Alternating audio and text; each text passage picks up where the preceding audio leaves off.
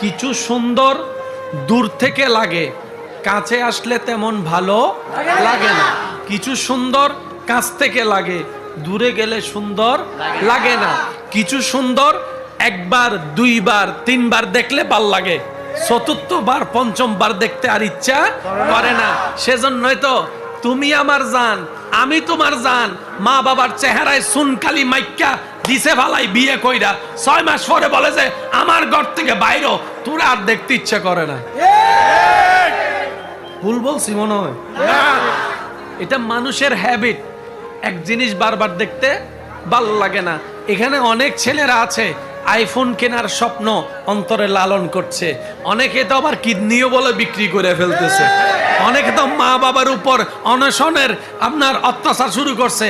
বাপরে, ও আমার মা রে, যদি আইফোন কিনে না দাও ভাত বন্ধ, আমি ভাত আর খাবো না, আমি পড়ালেখা আর করবো না, বিভিন্ন আবদার করছে। কিন্তু সে আইফোনটা যখন কেনার পরে প্রথম রাত ঘুমাই নাই, সারা রাত আইফোন টিপছে, দ্বিতীয় রাতও ঘুমাই নাই, সারা রাত আইফোন টিপছে।